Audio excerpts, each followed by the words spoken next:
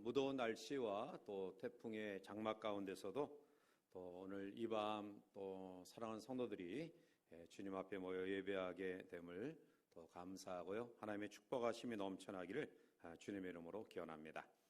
계속해서 우리가 고린도서 3장 본문의 말씀 가운데 오늘 본문을 보면 망하지도 아니하고 결코 약하지도 아니하고 욕되지도 아니한 영광스러운 직분을 우리에게 소개하고 있습니다.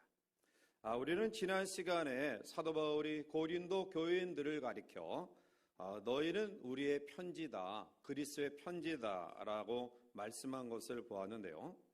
그것은 어떤 의미냐 하면 사도 바울의 사도권을 예루살렘 장로회에서 추천서를 받지 않았기 때문에 사도라 인정할 수 없다라고 주장하는 유대 율법주의자들에 향해서 고린도 교회 성도들이야말로 바울을 통해 전도받고 바울을 통해 신앙의 양육을 받은 고린도 교회 성도들이야말로 바로 우리의 편지다, 나의 편지다, 그것이 추천서다, 하나님의 추천서다, 이러한 사실을 이야기하고 있습니다. 자, 이와 같이 고린도 교회의 모든 성도들 또 사랑하는 교회가 바울의 사역의 결과를 통해 뚜렷이 나타나고 있는데 어떻게 너희들이 나에 대하여 사도권을 부정할 수 있느냐, 이렇게 책망한 이후에 오늘 본문에 보면 그럼에도 불구하고 이 모든 일을 한 것은 사도 바울 자신이 아니라 바로 하나님의 인도하신 일임을 강조하고 있습니다. 즉 그에게 맡겨주신 사명을 모두 하나님께서 감당케 하셨다라는 것입니다. 그래서 오늘 본문 이전에 4절과 5절에 보면 이렇게 이야기합니다. 자, 우리 4절과 5절을 함께 읽어보시겠습니다. 우리가 그리스도로 말미암아 하나님을 향하여 이 같은 확신이 있으니 우리가 무슨 일이든지 우리에게서 난 것 같이 스스로 만족할 것이 아니니 우리의 만족은 오직 하나님으로부터 나느니라. 아멘. 유대인들은 엘샤다이, 즉 전능하신 하나님이란 말을 물론 능력에 대한 부분도 이야기하고 있지만 그 전능하신 하나님은 풍성한 하나님이다, 넉넉한 하나님이다, 이러한 말로 이해하고 있습니다. 그래서 사도 바울은 자신의 사도직을 넉넉하게 풍성하게 감당하게 하신 분은 바로 엘샤다이 하나님, 모든 것을 풍성하고 넉넉하게 하신 하나님 때문이다, 하나님 덕분이다, 그렇게 고백하고 있는 것입니다. 엉클 톰 스케빈이라는 톰 아저씨의 오두막집이라는 소설을 미국의 스토우 여사가 썼는데요. 이 소설은 당시에 1년에 30만 권이 팔리고요. 그 당시에 20여 개국의 외국어로 번역된 그러한 책입니다. 톨스토이는 이 엉클 톰 스케빈이라는 이 소설을 인간 정신이 이룩한 위대한 성취다, 이렇게 찬사를 아끼지 않았습니다. 이 소설은 노예 해방을 위해 크게 공헌한 책으로 알려졌는데요. 그럼에도 불구하고 스토어 여사는 이 소설의 작가로서의 영예를 거부하면서 이렇게 이야기합니다. 내가 톰 아저씨의 오두막집의 저자라고요? 아닙니다. 나는 이 이야기를 억제할 수 없이 저절로 쓰여진 것입니다. 아니, 이 소설은 주님이 쓰신 것입니다. 나는 주님의 손에 들려진 비천한 도구에 불과했습니다. 모든 것이 차례차례 환상 가운데 나에게 보여졌고 나는 단지 그것을 글로 옮긴 것 뿐입니다. 그러므로 모든 영광과 찬송은 주님만이 받으셔야 합니다. 스토어 여사의 이 놀라운 재능은 바로 하나님의 재능이었습니다. 하나님이 그에게 주신 은혜며 능력이었습니다. 그래서 그는 자기에게 주어지는 모든 찬사와 영예를 오직 주님께 돌릴 수 있었습니다. 오늘 바울도 마찬가지입니다. 고린도 교회를 비롯해서 수많은 교회를 세우고 수많은 사람들을 양육하고 가르치고 세우는 놀라운 열매, 바로 그 모든 사람들이 그리스도의 편지 바울을 대변할 수 있는 추천서라고 자신 있게 이야기하면서도 그는 언제나 마지막에는 하나님의 은혜입니다. 하나님께 영광을 누리는 삶을 살았습니다. 오늘 우리의 마음속에도 바로 이러한 은혜로 살아가는 그러한 복된 믿음이 우리 가운데 있어야 될 줄 믿습니다. 자, 이제 우리들이 같이 읽은 6절부터는 옛 언약과 새 언약에 대해서 대조하여 말씀하고 있습니다. 한마디로 말하면 옛 언약은 율법이고요, 새 언약은 복음입니다. 자, 여기서 새 언약의 일꾼이라는 이 새라는 단어가 헬라어에는 두 가지 단어로 사용되어집니다. 하나는 네오스라는 단어인데요, 이것은 시간적으로 새롭다라는 뜻입니다. 즉 갓난 아이를 가리킬 때는 네오스라는 단어를 사용합니다. 갓난 아이는 이 세상에서 처음 새롭게 태어난 사람이기 때문입니다. 자, 그런데 이 본문에 나타나는 새 언약의 새라는 단어는 바로 카이노스라는 단어입니다. 이것은 시간적으로 시작한다, 새롭다라는 의미가 아니라 질적으로 새로움을 가리키는 단어입니다. 따라서 바울이 사용한 새 언약이라는 이 단어는 카이노스를 의미합니다. 자, 그러면 옛 언약과 새 언약, 율법과 복음의 차이가 뭐냐? 오늘 3장에서 보면 율법은 옛 언약, 죽이는 것, 그리고 돌에 새긴 것, 임시적인 것, 사람을 정죄하는 것, 덜 영광스러운 것으로 묘사하고 있고요. 이에 반해 새 언약, 복음은 성령으로 된 것, 사람의 생명을 살리는 것, 그것은 돌에 새겨진 글이 아니라 심령, 신비에 새겨진 글, 영원한 것, 의를 주는 것, 극히 영광스러운 것으로 묘사하고 있습니다. 바울은 3장에서 율법, 옛 언약과 복음, 이 새 언약의 차이점을 분명히 이야기하고 있습니다. 자, 먼저 본문을 통해 우리가 복음에 대해서 더 깊숙이 묵상하고자 하는데요, 제일 첫 번째로 복음은 능력입니다. 자, 우리 6절 말씀을 함께 읽겠습니다. 그가 또한 우리를 새 언약의 일꾼 되기에 율법 조문을 하지 아니하고 오직 영으로 함이니 율법 조문은 죽이는 것이요 영은 살리는 것이니라. 아멘. 사도 바울은 로마서 1장에서 바로 이 복음은 구원을 받는 우리에게 하나님의 능력이다라고 이야기하고 있습니다. 복음은 우리를 구원의 반열에 세워주는 하나님의 능력입니다. 자, 우리가 한국의 최초의 선교사를 들면 일반적으로 우리는 한국 최초의 복음을 가지고 들어온 선교사를 이야기할 때 언더우드와 아펜젤러를 우리가 생각합니다. 자, 그런데 언더우드와 아펜젤러 이전에 사실은 복음이 우리나라에 들어오는 과정 속에 중요한 역할을 하는 분이 계신데요, 그분은 로스 선교사와 맥킨타이어 선교사입니다. 이들은 어디에서 활동했냐 하면 지금의 이제 북경 저 끝에 의주 지역에서 이제 중국과 접경된 그곳에서 활동했는데요. 자, 그곳에서 백홍준, 이응찬, 이성아, 김진기 이 네 명에게 복음을 전했습니다. 물론 처음부터 복음을 전한 것은 아닙니다. 이 사람들에게 한국말, 즉 한글을 가르쳐 달라고 접근하면서 한글을 배우다가 이분들을 통해서 이 네 명이 자발적으로 예수님을 영접하고 세례를 받게 됩니다. 그때가 언더우드와 아펜젤러가 인천을 통해서 우리나라에게 들어오기 8년 전인 1876년입니다. 결국 로스 선교사와 맥킨타이어 선교사를 통해서 쪽복음이 한국말로 번역됩니다. 제일 첫 번째로 1882년에 누가복음과 요한복음이 한글로 번역됩니다. 그리고 아펜젤러, 언더우드 선교사가 들어왔던 1884년에 마태복음과 마가복음이 쪽복음으로 한글로 번역되어집니다. 그리고 이 언더우드와 아펜젤러가 바로 이 쪽복음을 가지고 바로 우리 한국에 들어오게 된 겁니다. 자, 그때 이성아가 성경을 가지고 압록강을 건너오다가 결국 여관 주인의 신고로 성경이 불태워지고요. 그 다음 서상윤과 백홍준이 성경을 가지고 들어왔는데요. 이들은 이 성경을 낱장으로 다 찢어서 새끼같이 꼬아가지고 새끼줄을 만들어서 가지고 와서 한국에 들어와서 그것을 다 펴가지고 성경을 만들었다고 합니다. 이 서상윤이 항해도 솔레에 들어와 58가정 가운데 50여 가정을 전도했고요.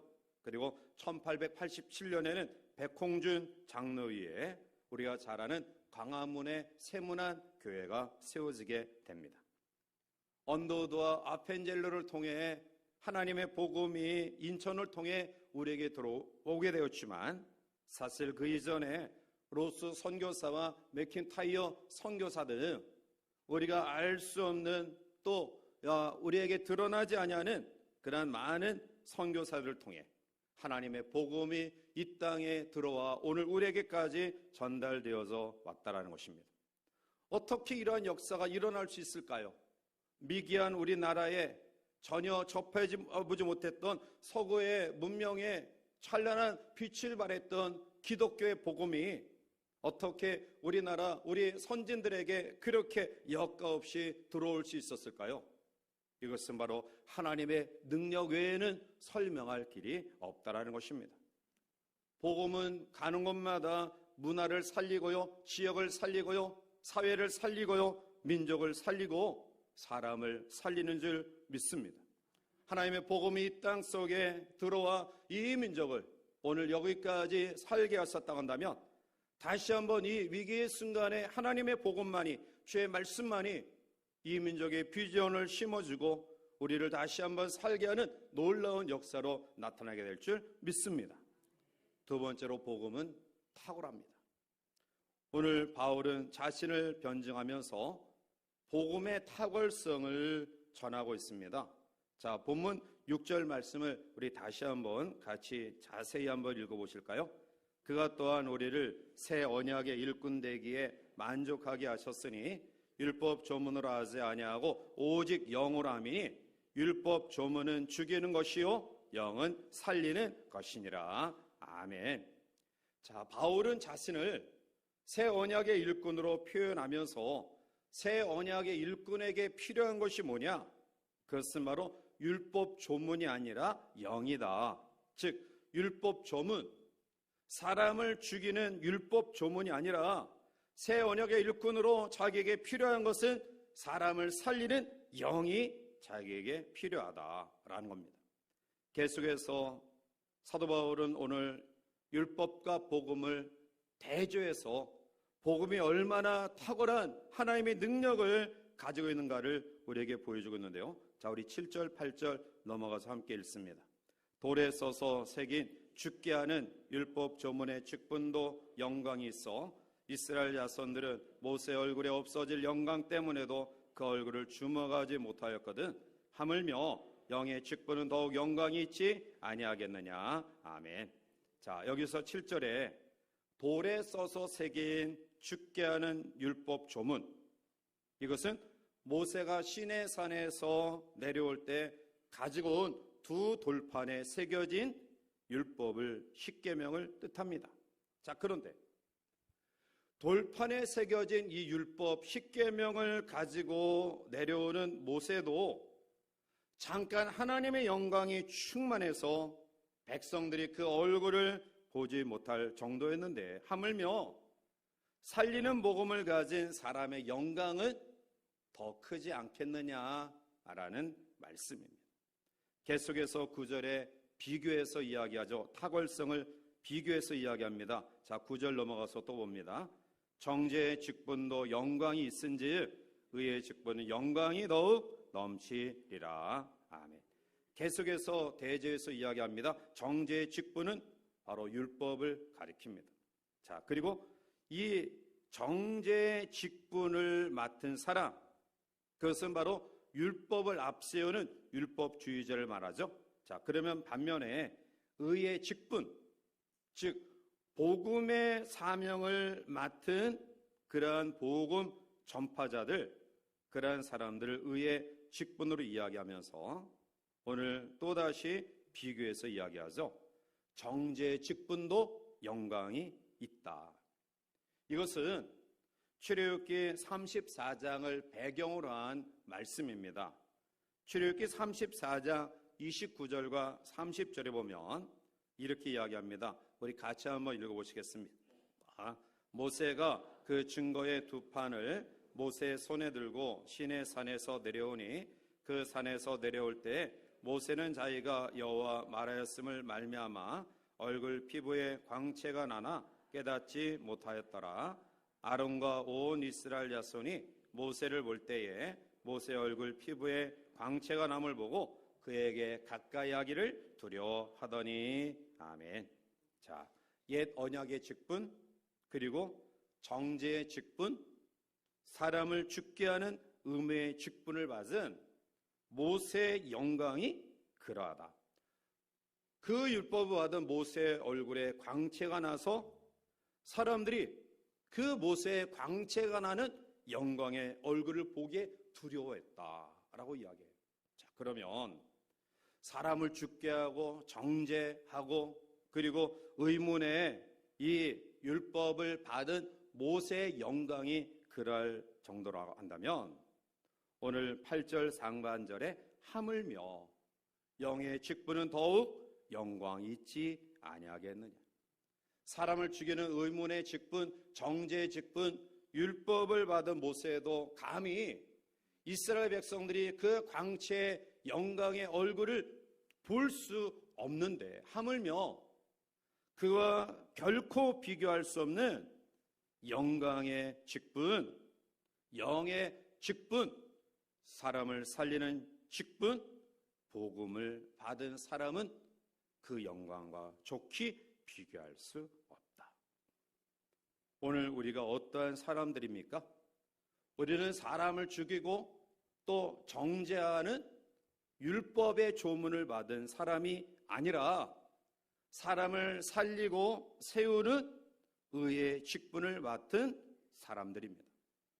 따라서 오늘 이 땅을 살아가는 우리들에게 있어서 우리가 구원의 반열에 세워져 각기 맡겨진 직분의 소중함을 경홀히 여겨서는 안 돼요. 경홀히 여겼던 에서의 결과를 어떻게 이야기합니까?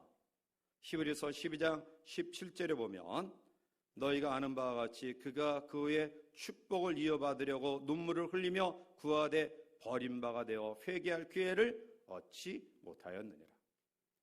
장자의 축복 또 축복, 하나님께서 허락하신 이 장자의 명분을 소홀히 여겼던 에서가 뒤늦게 후회하지만 그의 눈물 흘림이 이미 지나간 축복을 끌어당길 수 없게 되었다.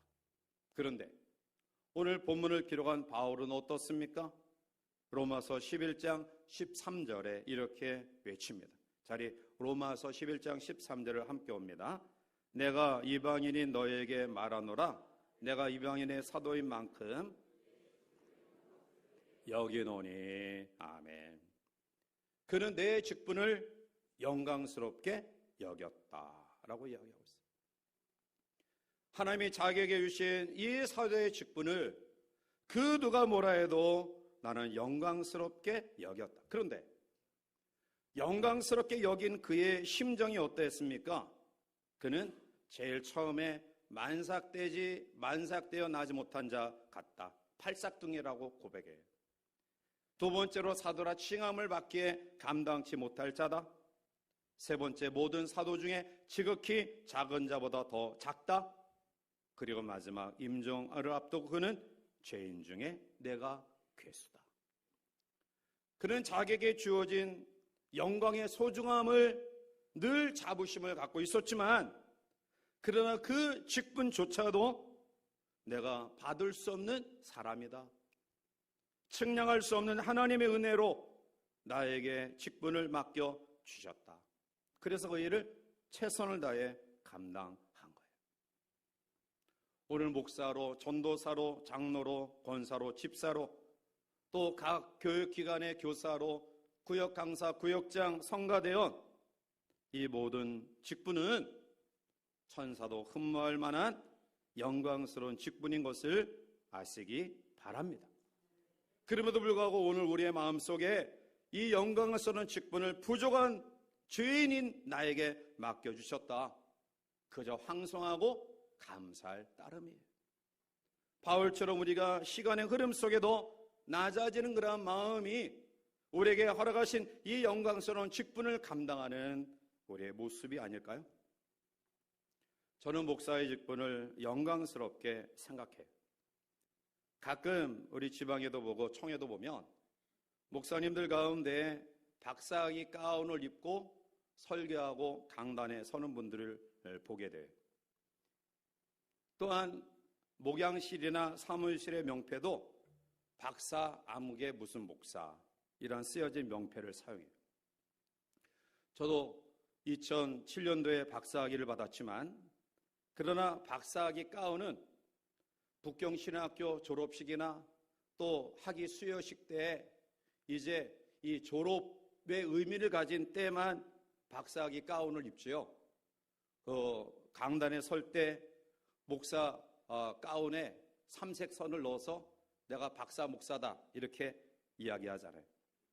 여러분들이 목양실에 와서 보지만 제 목양실 명패도 한 50cm, 거기에 명패에 담임 목사 양준기, 그 외에는 기록된 게 없어요.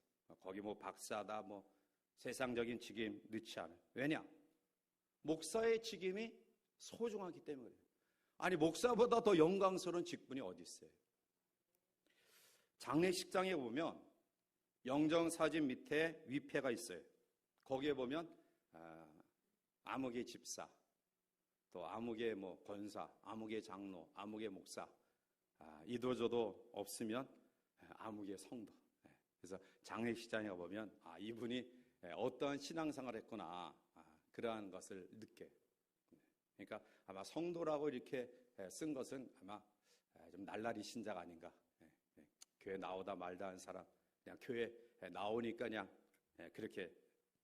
여러분, 그 위패 앞에 뭐 선생, 교수, 박사 그 직책을 쓰지 않아요.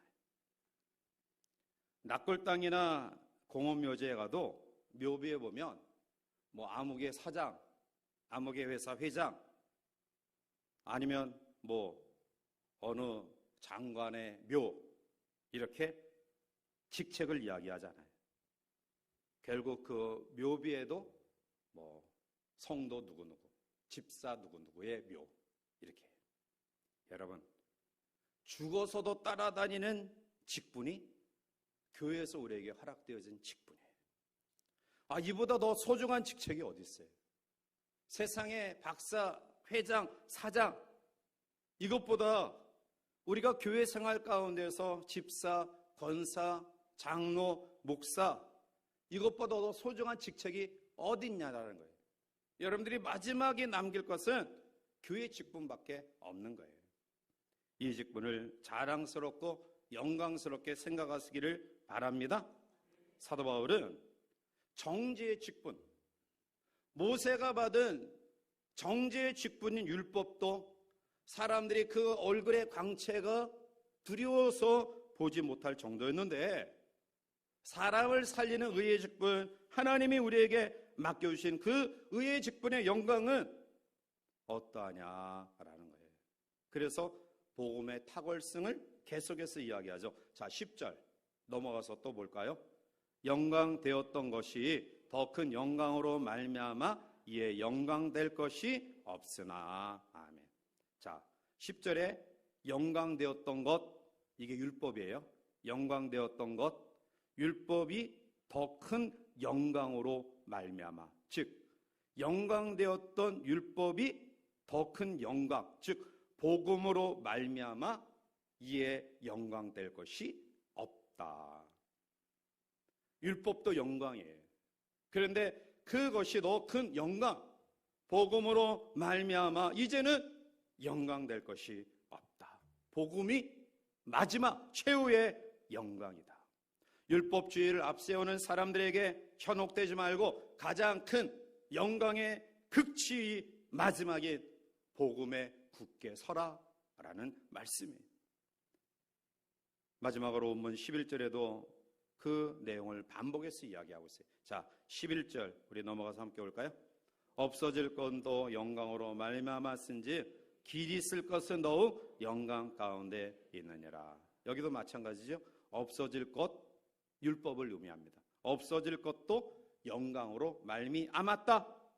그리고 이어서 길이 있을 것, 복음을 가리키죠. 복음은 더욱 영광 가운데 있다.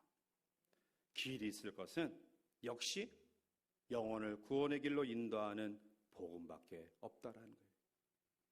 사람을 죽이고 정죄하는 율법도 하나님이 주신 것이기에 그것도 죄를 깨닫게 하고 우리가 어떤 존재인가를 알게 하는 영광이지만, 죄를 깨닫게 하고 그 죄의 정죄함 속에, 죄책감 속에 빠지지 않게 하고 그곳에서 다시 살아날 길을 허락하시고 그 속에서 벗어나 진정한 자유를 경험케 하는 이 복음은 영광의 마지막이다.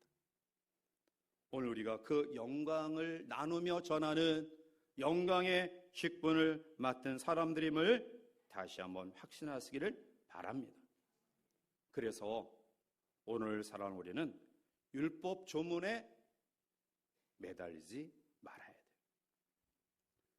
율법주의, 형식, 외식 이러한 부분들에 매달리지 말라는 거예요. 주님이 가장 싫어하셨던 죄의 내용이 외식이었어요. 주님이 성전 청결의 사건을 이야기하면서 그 성전 척결의 배후에 담겨진 의미는 제사장들의 형식주의에 대한 질타예요. 그들은 절기를 지키기 위해서 성전에 올라와 예배를 드리지만, 그러나 진정 중요한 주님이 원하시는, 하나님이 원하시는 진정한 예배를 소홀히 하고 있어요. 단지 제사에 참여했다? 아니면 예물을 드렸다? 정도예요. 나는 절기를 지키는 유대인 중에 유대인이다 라는 정도예요. 그래서 주님은 그들에게 율법 조문에 매달리지 말고 율법의 정신을 따르라. 안식일의 문제도 안식일에 사람을 위해 있는 것이지 사람이 안식일을 위해 있는 것은 아니다. 예수님은 언제든지 사람의 관심을 가졌어요. 그러나 율법주의, 외식하는 자들은 사역에 관심을 가졌어요. 주님의 관심은 항상 은혜의 중요성을 이야기하면서 천국은 일상생활 속에서 나타나는 삶임을 깨우쳐 주었어요. 그런데 율법주의자들은 바로 우리의 주어진 삶의 현장 가운데서 나타나는 하나님의 뜻을 실천하는 참된 신앙이 아닌 종교의 특권을 가지고 우월감을 가지고 자기를 드러나는 일에 그들은 관심을 가졌어요. 대제사장들과 그리고 사두개인 또한 서기관 율법학자들이 예수님을 미워하고 죽이려 했던 이유가 어쩌면 당연한 일이에요. 그들과 전혀 다른 은혜를 이야기하고 일보다 사람을 소중히 여기면서 이야기했던 주님의 복음은 그들이 자기들이 가진 기득권을 포기하고 내려놓기에 너무나 어려운 과정이었어요. 그럼에도 불구하고 주님은 고난을 자초하십니다. 왜? 진리를 알면 행동하지 않을 수 없기 때문에 그런 거예요. 진리를 알면 그 길이 고난의 길이라도 걸어갈 수밖에 없기에 바로 주님은 진리를 따라 행동하셨어요. 이제 결론적인 말씀으로 맺어드리면서 따라서 오늘 우리는 율법시대 정죄의 의문의 조문, 사람을 죽이는 율법이 아닌 살리고 세우고 그리고 영광스러운 하나님의 의의 직분, 이것을 감당함에 있어서 가장 중요한 것은 은혜를 앞세워 살아야 된다. 주님이 치유와 회복의 역사를 일으킬 때마다 딴지 걸었던 율법주의자들은 그들은 율법의 조문에 입각하여 냉정하게 판단하고 시비를 걸어와요. 그럼에도 불구하고 주님은 그들이 정당한 판단의 근거를 가지고 접근하지만 그러나 그 정신이 잘못됐다. 사람을 세우고 살리는 그 일이 내가 할 일이다. 하나님이 일하시니 나도 일한다 라고 말씀하면서 율법 조문에 매달리지 말고 율법의 정신을 따라 사랑으로 행동하라고 가르치고 있었습니다. 오늘날 한국교회가 그 역할을 감당치 못하고 독단과 편협함을 보이는 경우가 많은데요. 여기에는 율법주의자의 두 가지 특징이 은연중에 우리 가운데 있기 때문에 그래요. 율법주의자의 첫 번째 특징은 사람보다 일을 중시해요. 보여지는 사역, 일을 소중히 여겨요. 그러나 복음은 사람을 소중히 여깁니다. 우리들이 사역을 하면서 일을 하면서 그 사역과 일 때문에 자신의 건강, 가정의 평안, 교회 공동체의 화평을 중시 여기지 않으면 그는 하나님과 상관없는 삶이에요. 두 번째로 율법주의자의 특징은 개인의 특성과 창조성을 말살해요. 그들은 항상 공동 조직 이 자체를 중요시 여기면서 개인의 이러한 창의성과 특성을 예면해요. 자, 결국 율법주의자들이 그토록 목숨 걸고 지키고자 했던 것은 바로 사람, 그 속에서 새롭게 세워지는 사람이 아닌 그들이 가진 조직 속에 경험하는 기득권이에요. 2004년도에 김경일 교수가 공자가 죽어야 나라가 산다라는 책을 썼어요. 그것은 무엇을 의미합니까? 우리가 기존에 가지고 있었던 틀, 즉 가정의 아버지가 율법주의를 계속 고집하면 자기는 호강하지만 나머지는 다 불행해요. 전통적인 율법의 의식, 즉 유교가 이야기하는 가부장적인 그런 의식과 태도가 지도자들에게서 사라지지 않는 한 결국 그것이 공동체를 망하게 한다라는 거예요. 율법의 조문, 그보다 더 중요한 것은 복음이에요. 만약 우리들이 지키기 어려운 율법의 조문을 계속 고수하면 나중에는 두 가지밖에 남지 않아요. 비교하면서 다른 사람보다 내가 율법의 조문을 잘 지킨다, 교만에 빠지고요. 다른 사람과 비교해서 내가 율법의 조문에 지킴이 좀 부족하다, 열등감, 절망감만 생겨요. 그러나 복음은 교만한 마음도 갖지 않게 하고요. 또 우리 스스로 자기의 정체성에 대해 비하하는 자책감과 그리고 낙심과 절망감도 주지 않아요. 왜요? 복음은 하나님이 우리에게 개개인에게 주신 가장 최고의 영광이기 때문에 그런 거예요.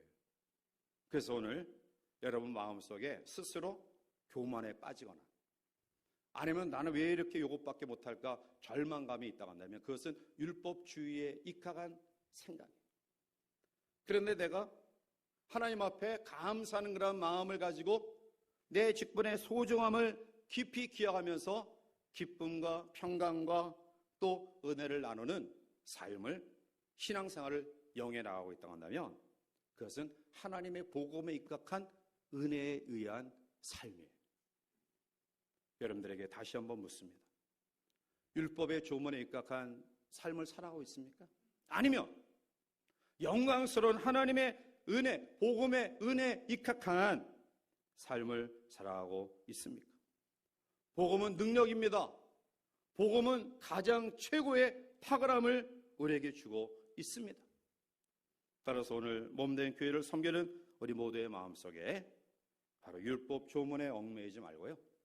은혜 속에 하나님의 나에게 주신 각자의 위치에서 감사하는 마음으로 하나님의 나에게 이러한 직분을 허락하심에 대해 긍휼을 입은 나 자신이 하나님 앞에 너무나 감격스러운 그런 마음을 가지고 복음에 입각한 은혜 속에 영혼을 살리며 마지막 때 하나님께서 오늘 우리에게 원하시는 사람을 구원케 하는 하나님의 복음의 능력에 입각한 신앙과 삶, 그리고 우리 교회 생활이 되기를 주님의 이름으로 간절히 축원해 드립니다.